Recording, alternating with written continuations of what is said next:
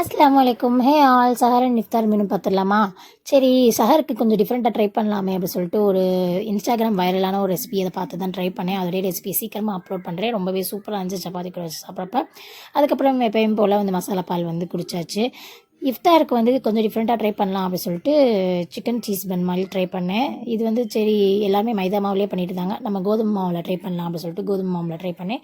அதோடைய ரெசிபியும் நான் சீக்கிரமாக உங்களுக்கு அப்லோட் பண்ணுறேன்.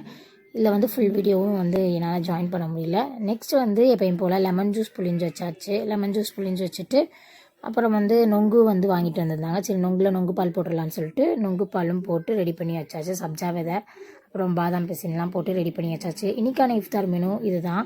ஷஹர் மெனுவும் இது தான். உங்களுக்கு நம்ம சேனல் பிடிச்சிருந்துச்சுன்னா சப்ஸ்கிரைப் பண்ணி வச்சுக்கோங்க. உங்கள் வீட்டில் என்ன ப்ரிப்பேர் பண்ணிங்கங்கிறதையும் கமெண்ட் பாக்ஸில் சொல்லிடுங்க.